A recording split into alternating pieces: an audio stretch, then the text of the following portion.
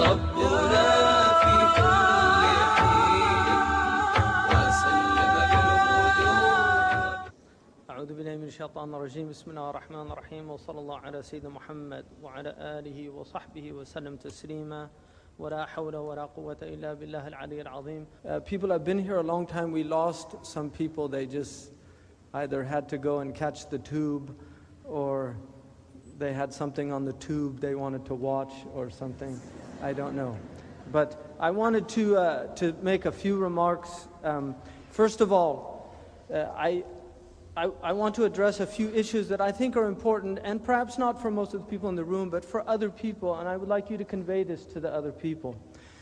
There are people that have been talking about the work that's being done by Fuad Nahdi, by Abdurrahman, by Farina, by the other groups that have been involved in this effort, that this is a government propaganda, that this is stooges of the government of England, etc., etc. Many things. I'm sure some of you have heard some of these things.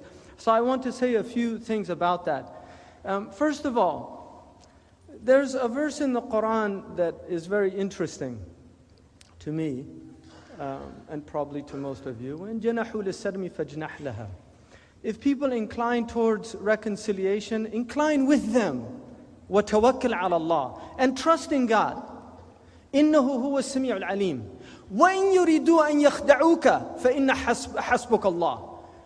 That incline, when they want to incline towards peace, you incline towards peace. And if they want to deceive you, if there's some hidden ulterior motive, God's enough for you.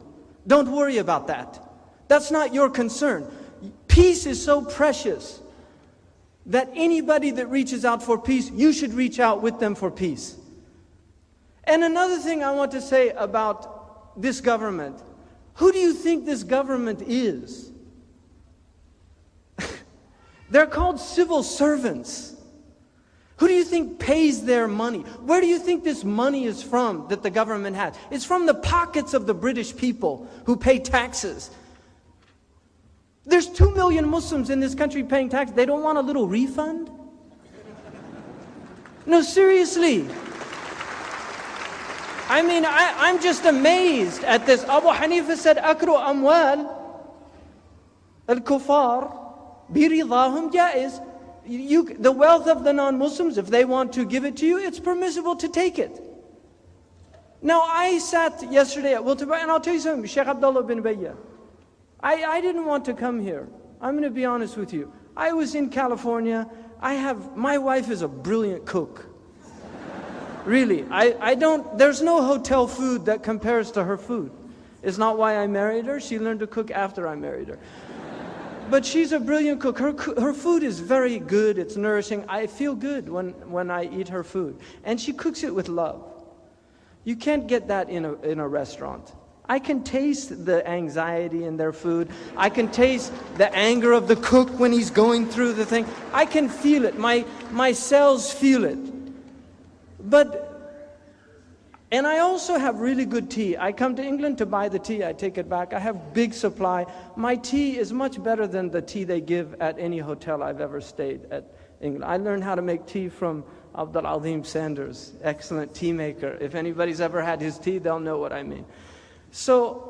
But why leave the comfort of my home? Because my sheikh asked me, he said, this is an important thing, so come. So I came. I'm tired. So I'm going to be, whenever I get tired, I get more open, because my defenses are down. I'm going to tell you some true things. I used to not like the English people. Seriously. I thought they were cynical. The English people, the way they roll their eyes, there's a certain way that, there's a smirk that comes on their mouths when you say something. Really, very subtle things that you notice about the English. There's a cynicism that's particularly Anglo-Saxon in its nature. And it's really interesting. But I'll tell you something. I have come to love these people. And for a number of reasons. And I want to talk about this because it's very important for all of you who are living here. This country is an amazing country. It has done many wrongs. And we could bring an Irish person here tonight and they could talk for hours about what this country has done. We could bring Welsh people, they might not be as eloquent as the Irishmen, but they could also talk for several hours about what the English have done to them. And you could bring some of my tribe from Scotland, really. You could bring some of them down and they'll give you with a nice brogue, they'll let you know what the English did, from Edward Longshanks on, or even before that. Seriously, they'll tell you about the English. But each one of these people has been challenged to learn to live with the English. Really. The Scots are very civil. Some of them want independence, quite a number of them. But how are they going about that independence? They're not blowing up things. Really. They have other ways of doing it. The Welsh de-evolution has been a long time. They say the Welsh are the Irish that couldn't swim. You know, it's been a long time since the Welsh have been occupied. Much longer than Palestine. But the Welsh are a gentle people. I love the Welsh also, really. And I love the Irish. But it's taken me a while to really appreciate the subtleties of these different cultures. And so I really want to say there's two ways that you can live in your life. One way is the way of husn al-dhan. It's having a good opinion. And the other way is the way of su' al-dhan. And years ago, my Sheikh, Abdullah bin Bayya, we were in a gathering, and he doesn't tolerate ghiba. It's one of the things I love about his majlis, is he doesn't tolerate ghiba. You can't say anything about anybody, even people that you should say things about. He won't let you say things about them. And somebody mentioned something about Jamaluddin al-Afghani, who died a long time ago, last century, 2 centuries ago.